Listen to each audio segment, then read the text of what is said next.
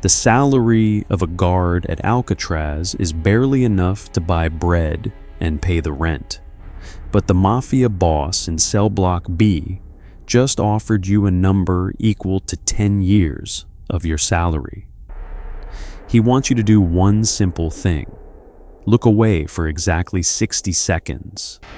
Right after this, you are going to step into the quietest night shift of your entire life. You will witness firsthand how an impenetrable security system worth millions of dollars completely collapses, all because of a single pack of cigarettes. The year is 1960. You are standing on the edge of the San Francisco Bay, feeling the freezing wind and tasting the harsh salt in the air. The sound of the waves crashing against the jagged rocks of Alcatraz Island is deafening, but is nothing compared to the loud ticking of the clock in your own head. You wear the pristine gray uniform of a federal correctional officer. You carry a heavy wooden baton on your belt. You represent the absolute authority of the United States government. But when you reach into your pockets, you feel nothing but lint and unpaid medical bills. Your wife is lying in a hospital bed back on the mainland, and the doctors are demanding money you simply do not have. Every day, you walk the main corridor known as Broadway, surrounded by the most dangerous men in America. Bank robbers, murderers, crime bosses. They are locked inside steel cages, yet somehow they seem to have more power than you do. They have outside connections, hidden bank accounts, and an endless supply of patience. You are a free man, but you are the one who feels trapped. The fall into darkness does not start with a loaded gun or a dramatic shootout. It starts with an old newspaper. One evening, during the final head count, a prisoner named Frank whispers to you through the cold steel bars. He does not ask for the keys. He does not ask for a weapon. He just asks for a pack of cigarettes and a newspaper. In exchange, he promises to have $50 sent to a post office box in your name. $50 is half of your monthly salary. It is the cost of your wife's medicine for an entire week. You hesitate, you look at the camera, you look at the guard tower, but the desperation in your gut makes the decision for you. The next day, you slip the items through the bars. A few days later, the money arrives exactly as promised. It feels too easy. The guilt burns in your chest for a few days, but the relief of paying a bill quickly puts the fire out. Soon, the requests become slightly more unusual, but still seemingly harmless. A few extra tubes of art paced from the craft room, an old discarded raincoat from the laundry pile, a dull metal spoon from the cafeteria. You rationalize it to yourself every single night. You tell yourself that these are just useless pieces of garbage. What could a man locked in a concrete box possibly do with a spoon and some glue? They are not weapons. They are not escape tools. You convince yourself that you are just bending the rules to survive, not breaking the law. But the reality is much darker. The unwritten rules of the prison are slowly being twisted by greed and the masterful psychological manipulation of criminal geniuses. You live in a constant state of paranoia. Alcatraz is a fortress of routine. There are 12 official head counts every single day. The rule of silence is strictly enforced. Every time the warden walks past your post, his heavy leather boots echoing on the concrete, your heart threatens to stop beating. You realize with a sickening twist in your stomach that you are no longer a guard. You have become a puppet, dancing on strings pulled by the very men you were supposed to be watching. And then, the fateful night of June 1962 arrives. The air is thick with an unbearable tension. A massive thunderstorm sweeps across the bay, the roaring thunder perfectly masking the rhythmic, muffled sounds of metal scraping against concrete.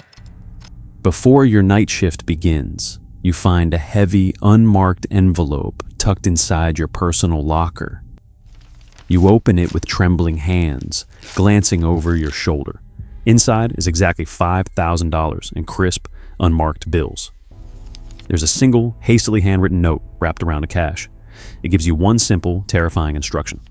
Walk past cell block B at exactly 2 a.m, look straight ahead, and pretend you do not see or hear anything at all. The money feels incredibly heavy in your palms. It is enough to pay off every medical debt you owe, cure your sick wife, and start a completely new, comfortable life far away from this miserable island. You stuff the envelope deep into your jacket pocket, your heart hammering violently against your ribs. When 2 o'clock strikes, the cell block is eerily quiet, save for the howling storm outside. You begin your patrol down the corridor. You do not look left. You do not look right. You keep your eyes locked dead ahead on the heavy steel door at the end of the hall. You hear a soft thud, a distinct scraping noise. The sound of a heavy metal grill being carefully shifted. But you keep walking. You tell yourself you were just doing your job by patrolling the main line. You survive the agonizing night shift, but the real nightmare is just beginning. At exactly 6 a.m, the piercing shriek of the emergency alarm tears through the prison. The sound is deafening, vibrating through the cold concrete floors and echoing off the steel walls. Giant searchlights suddenly illuminate the entire island, cutting through the thick morning fog like bright blades. Absolute panic erupts among the guards. You rush towards cell block B alongside the furious warden, your stomach tying itself into painful knots. When you reach cell 14, your blood runs completely cold. The prisoner is not there. Lying on the pillow is a horrifyingly realistic dummy head, crafted entirely from toilet paper, stolen soap, and real human hair swept from the prison barbershop floor.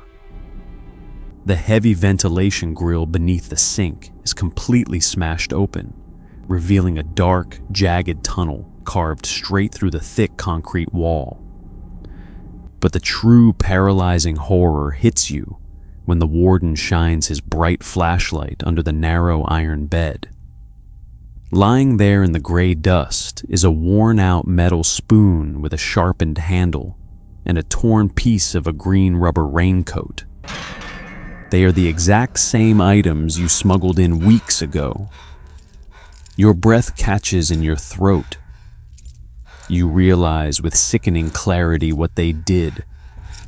They used your desperation and your greed to slowly dig their way out of the most secure maximum security prison on the planet. And your fingerprints are still all over those crude tools. The FBI swarms the island within hours, locking down every inch of the facility. The interrogations are brutal, exhausting, and completely relentless. Federal agents scream in your face, demanding to know how 3 maximum security inmates acquired digging tools and waterproof gear to build a makeshift raft right under the noses of the guards. You sit in a freezing, windowless interrogation room, sweating profusely, swallowing the absolute terror rising in your chest. You lie. You lie with every ounce of strength you have left, looking the agents dead in the eye, claiming you saw nothing, heard nothing, and know absolutely nothing. You survived the intense investigation only because the FBI is too focused on searching the freezing, treacherous waters of the bay. They never find the bodies. They never find the raft. The men simply vanish into the dense fog, leaving you behind to carry the crushing weight of their impossible escape. You are never formally charged with a crime, but your mind is forever imprisoned. You eventually quit your job, take the dirty money, and move far away from the coast to a quiet suburban town. Your wife gets her expensive medicine. She recovers, but the cure feels like poison running through your own veins.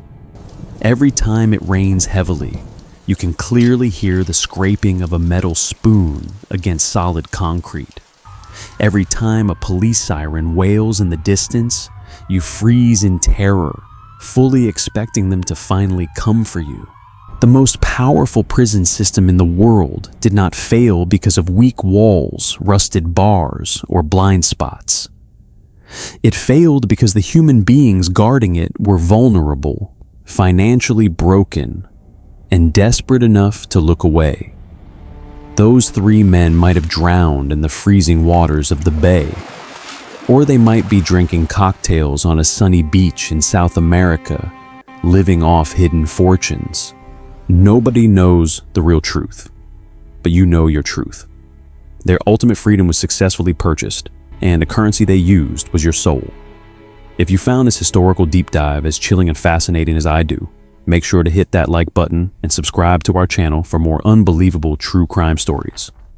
Next week, we're opening the highly classified files on a phantom crew that literally evaporated from a heavily guarded underground vault with 3 tons of solid gold, right under the noses of the military. You definitely do not want to miss that one.